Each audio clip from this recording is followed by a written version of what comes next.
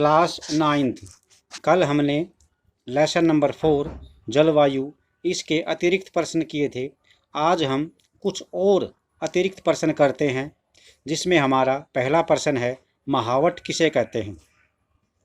आप सबको पता है कि शीतकाल में जो बारिश होती है, शीतकाल में जो बारिश होती है सर्दी के मौसम में, उसे स्थानीय तौर पर महावट कहा जाता है। शीतकाल में जो बारिश होती है उसकी कुल मात्रा कम होती है, लेकिन ये बारिश जो है रबी फसलों के लिए बहुत ही लाभदायक होती है। नेक्स्ट जो हमारा क्वेश्चन बनता है भी, ग्रीष्म ऋतु का वर्णन करें। ग्रीष्म ऋतु का विस्तार पूर्वक वर्णन करें। गर्मी के ऋतु का आप आपको नहीं पता हो तो भी आप इसका वर्णन कर सकते हैं। तो आप इसको देखिए बुक के हिसाब से, सूर्य के उत्तर की ओर आभासी गति की वजह से भूमंडलीय ताप पट्टी उत्तर की ओर खिसक जाती है। मार्च से मई तक भारत में गर्मी होती है। ताप पट्टी के स्थानांतरण का प्रभाव अलग अलग अक्षांशों पर मार्च से मई के दौरान रिकॉर्ड किए गए तापमान को देखकर लगा सकते हैं। मार्च में दक्कन के पठार का हाईएस्ट टेम्परेचर लगभग 38 डिग्री सेल्सियस होता है और अप्रैल में मध्य प्रदेश और गुजरात का जो टेम्परेचर है 42 डिग्री सेल्सियस होता है। मई में देश के उत्तर पश्चिमी भागों का तापमान 45 डिग्री सेल्सियस होता है। प्रायद्वीपीय भारत में समुद्री प्रभाव के कारण तापमान में गिरावट आ जाती है।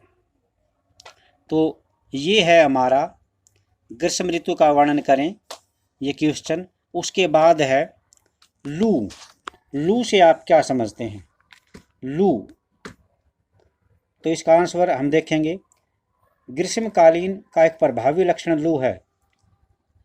ये धूल भरी और गर्म और शुष्क पवनें होती हैं जो कि दिन के समय भारत के उत्तर और उत्तरी पश्चिमी क्षेत्र में चलती हैं। कभी कभी ये देर शाम तक चलती रहती हैं। इस हवा का सीधा प्रभाव घातक भी सिद्ध हो सकता है, खतरनाक सेहत के लिए। उत्तरी भारत में मई महीने के दौरान धूल भरी आंधियाँ चलती रहती हैं। ये आंधियाँ अस्थायी रूप से सुखदायक हैं क्योंकि ये दिन के तापमान को कम कर देती हैं और कभी कभी अपने साथ ठंडी हवा और हल्की बारिश भी लाती हैं। इस मौसम में कभी कभी तेज़ हवाओं के साथ गरज वाली मूसलाधार बारिश भी होती है। इसके साथ हिमवृष्टि भी होती है। बैसाख के महीने में होने वाली बारिश की वजह से पश्चिम बंगाल में इसे काल बैसाखी कहा जाता है। नेक्स्ट जो हमारा क्वेश्चन बनता है वो है आम्र वर्षा क्या कहलाती है। आम्र वर्षा से आप क्या समझते हैं। इसका आंसर गर्मी की ऋतु के अंत में, बिल्कुल अंत में कर्नाटक और केरल में प्राय पूर्व मानसूनी वर्षा होती है। इसके चलते आम जल्दी पक जाते हैं, इसलिए इसे आम्र वर्षा कहते हैं। आम्र वर्षा। अब हमारा जो नेक्स्ट जो क्वेश्चन बनने जा रहा है वो है, अभी मानसून की जब वापसी होती है तो उस दौरान मौसम कैसा रहता है। मानसून की वापसी के दौरान मौसम का वर्णन करें। मानसून की वापसी के दौरान परिवर्तनीय मौसम का वर्णन करें, या मानसून की वापसी के दौरान मौसम का वर्णन करें। कोई सा भी प्रश्न लिख सकते हो, या सीधा जो लिख रखा है यहाँ पर मानसून की वापसी का वर्णन करें। अक्टूबर नवंबर के दौरान दक्षिण की ओर सूर्य से आभासी गति के चलते मानसून गर्त या निम्न दाब वाला उत्तरी मैदानों के ऊपर स्थिर हो जाता है।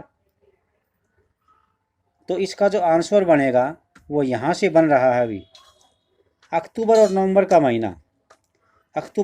का महीना गर्म वर्षा यानी गर्मी से शीत ऋतु में परिवर्तन का होता है। यानी अक्टूबर और नवंबर का महीना ये परिवर्तन वाला महीना होता है। गर्मी से हम शीत ऋतु में परिवर्तन महसूस करते हैं। मानसून की वापसी होने से आसमान साफ हो जाता है, तापमान बढ़ जाता है, दिन का तापमान उच्च होता है, रातें ठंडी और सुहावनी होती हैं, सतल भी आर्द्र हो जाते हैं। उच्च तापमान और आर्द्रता वाली अवस्था की वजह से दिन का मौसम असहनीय हो जाता है। दिन में तो बहुत ज़्यादा गर्मी पड़ती है। इसे आम भाषा में क्वार की उमस के नाम से जाना जाता है। अक्टूबर के उत्तरार्ध में खासकर उत्तरी भारत में तापमान तेजी से गिरने लगता है। तो ये था मानसून की वापसी के दौरान परिवर्तनीय मौसम का वर्णन करें। नेक्स्ट जो 1 नंबर का जो पॉइंट है, विश्व में सबसे अधिक वर्षा वाला क्षेत्र मासिनरम है और यहाँ पर 2 प्रकार की गुफा पाई जाती है,